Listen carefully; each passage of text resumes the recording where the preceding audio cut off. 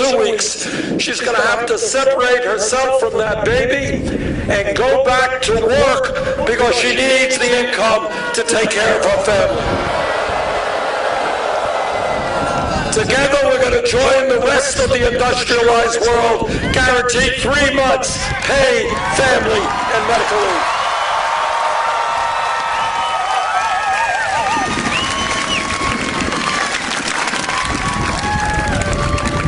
Change, as all of you know who have studied history, change never takes place from the top on down. It's never some president or some important guy signing something. Change always takes place from the bottom on up. When workers 100, 150 years ago were being treated like animals, working 7 days a week with no rights, brave workers came together and said, we will have dignity and respect. We're going to form a union. We're going to engage in collective bargaining, and they struggled. Some of them went to jail, some of them were beaten, some of them were killed, fighting for workers' rights. That's how change takes place. Change takes place when over the last several hundred years, African Americans and their white allies said, in America, we are not going to tolerate racism, bigotry, and discrimination.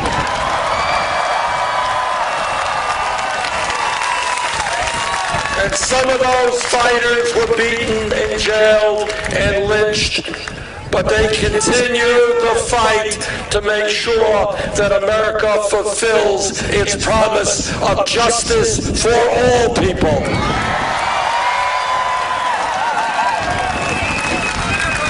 100 years ago, from an historical perspective, not a very long period of time, 100 years ago, women in America did not have the right to vote.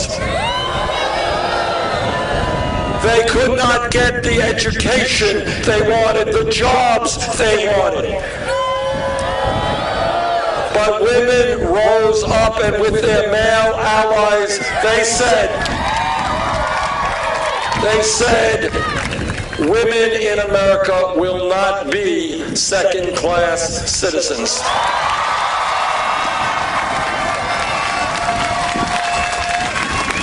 And they struggled, and they went on hunger strikes, and some of them died in order to make sure that women in America were treated with the dignity and respect that all of our people deserve.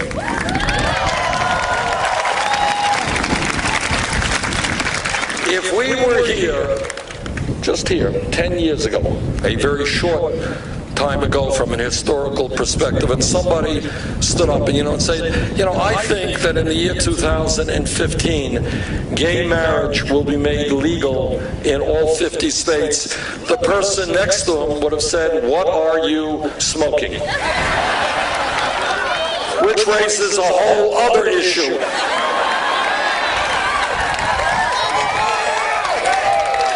But because of the willingness of the gay community to stand up against incredible hatred and opposition,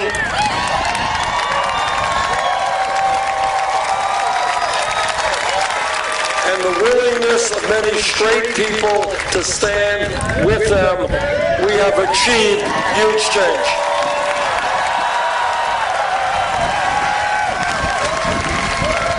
Now, what is my point? My point is that change never comes easily. It only comes when people begin to see that the status quo is no longer acceptable. I want you to take a look at where we are as a nation today. Today in this country, as I mentioned, we are the wealthiest country in the history of the world, but nobody knows that because almost all of the new wealth and income is going to the top 1%.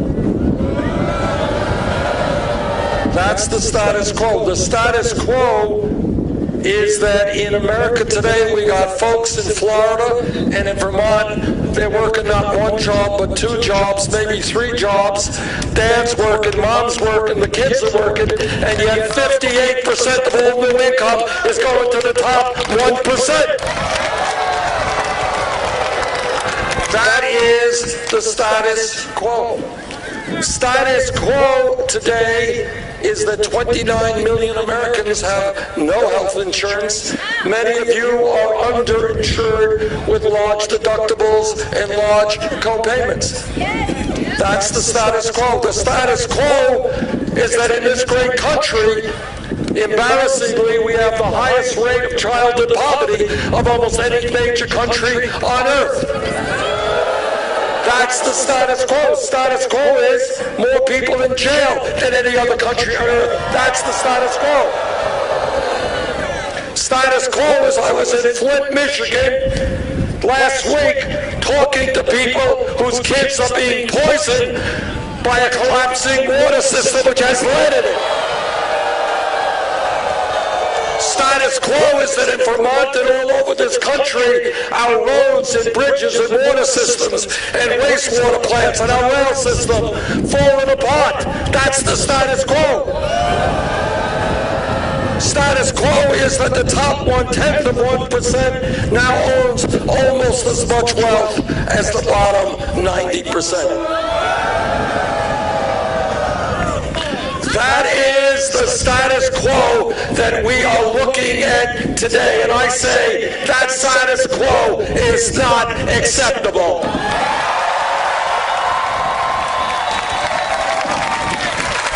And that we have got to change it. Now let me also tell you about the status quo, which is that the people who own this country do not want you to vote.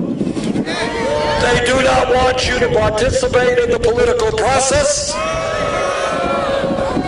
But here is the only antidote to what these guys are doing. They want a world in which corporate America, Wall Street, and large campaign donors can do exactly what they want because they have bought the United States Congress and bought the White House. Do you think any of these billionaires are staying up nights worrying that people here are working for $9 an hour? They could care less. Do you think they care that elderly people are struggling at $11,000, $12,000 a year Social Security? They could care less. The only way we make change, and as I said a moment ago, that's the only way change has ever taken place, is when people stand up, fight back, and demand a government that represents all of us.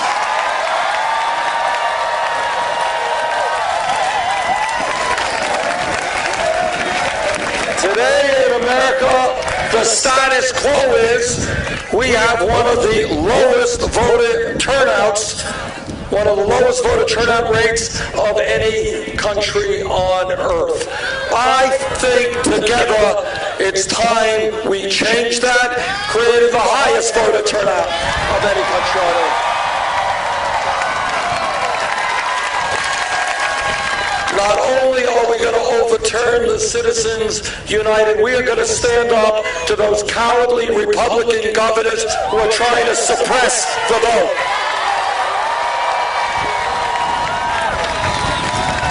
If cowardly Republican governors are afraid of a free and fair election, if the only way they can win is by making it impossible for people to vote, those cowards should leave politics and get another job.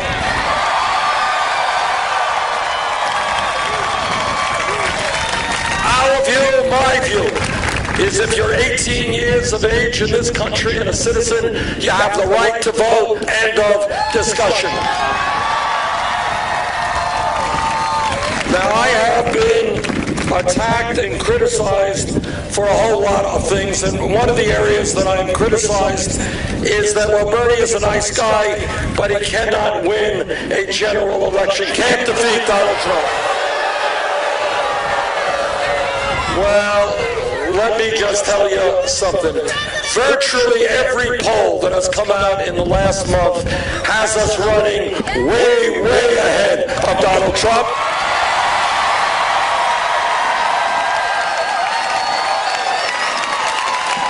And in fact, almost all of those polls have us doing a lot better against Trump than Secretary Clinton.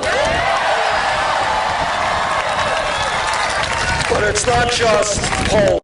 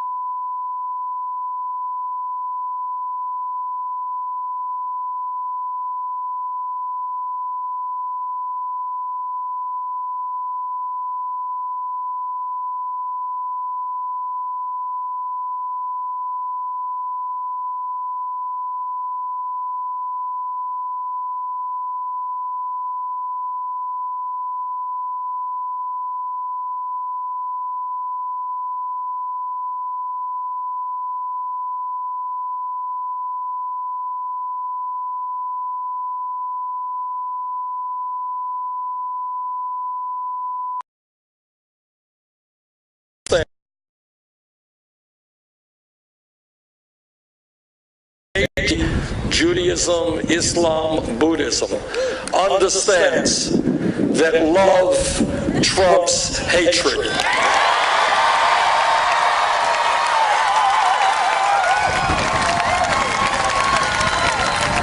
Now, on Tuesday, this coming Tuesday, you have a very important primary here in Florida. Now, about a week ago, we were 20 or 30 points behind in Michigan. And what all of the pundits said and what all of the media said, Bernie Sanders and the political revolution can't win in Michigan. Guess what? We won in Michigan.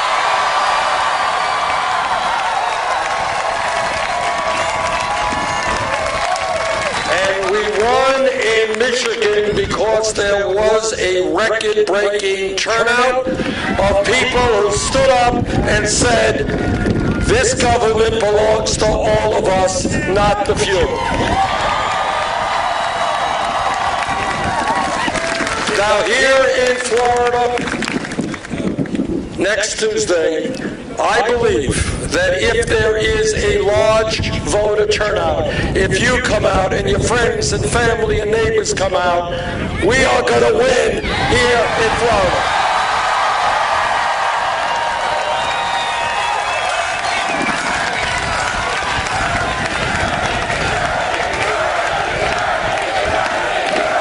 So today I am asking you to make certain that Florida becomes a leader in the fight for the political revolution. Please vote. Thank you all very much.